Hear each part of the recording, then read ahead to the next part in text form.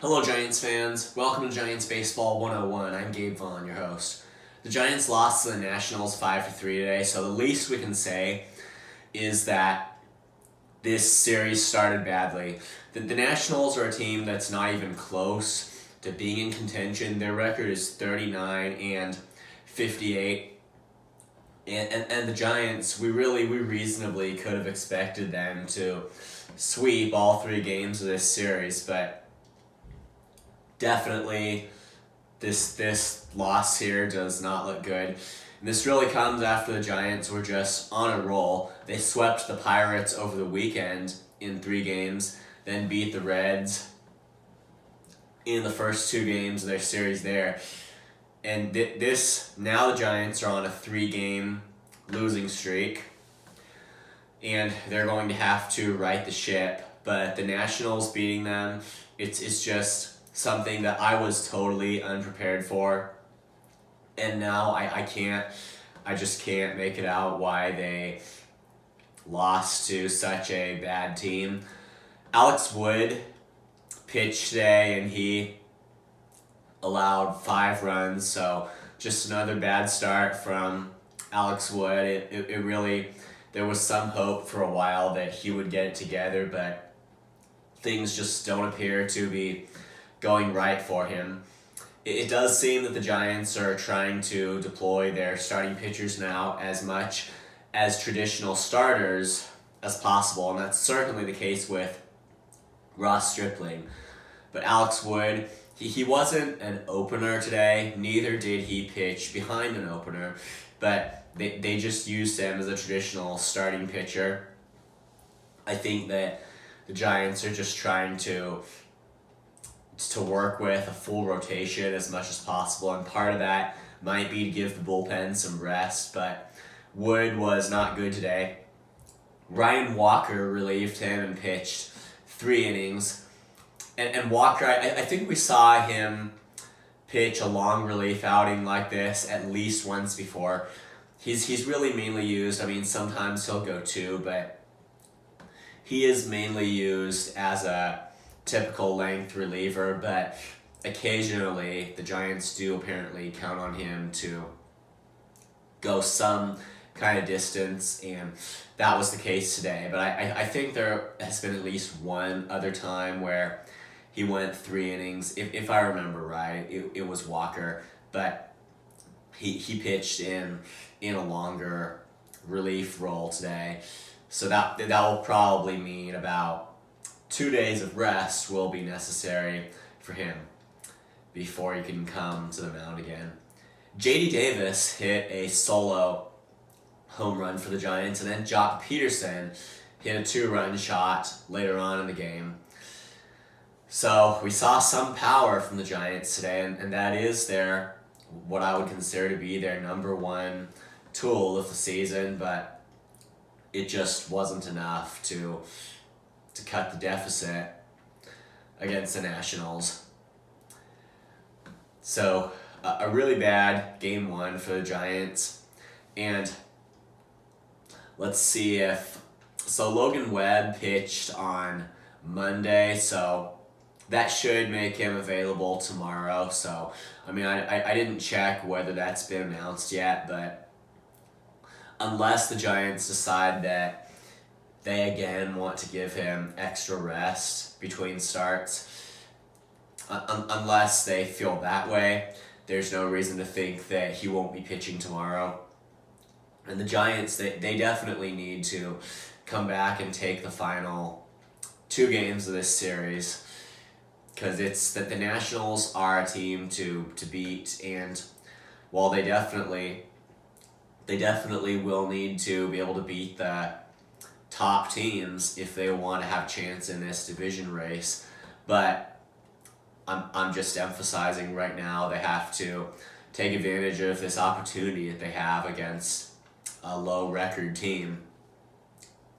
So they still have a winning record, and it's still pretty solid, but it's just every loss is a lost opportunity to gain ground or work toward gaining ground in the division, and it just that this is gonna add up pretty soon. So it's just, and the Giants were doing great coming up to this little mini skid that they just had. Giants were doing great up until that point. It was like 7 straight wins, but now they have to get back on track, and never more than right before the trade deadline. It's really, I know it might be becoming a habit for me to bring this up every time, but it's just a fact that right now there are knowledgeable fans as well as writers out there in the media, well, both writers and spoken hosts, who they're just on both sides of the issue of whether the Giants trade for Shohei Ohtani. And really, it's just a thing that it's a high emotional impact for both sides, given that this is an incredible opportunity for the Giants, but one that is going to cost a lot. And that's where there's just this huge debate right now, and it's people just feel real strong about both sides of this. And even where we don't hear about it, I'm sure that that many fans privately have just really strong feelings on one side or the other of this issue. And with this whole issue of Ohtani being at its peak right now, the point is that it really just adds to the importance of the Giants playing well in the next couple of weeks. I mean, maybe this wouldn't be super convincing to those that would think that Ohtani shouldn't be traded for under any circumstances, given that the number of prospects that are going to be asked for in return.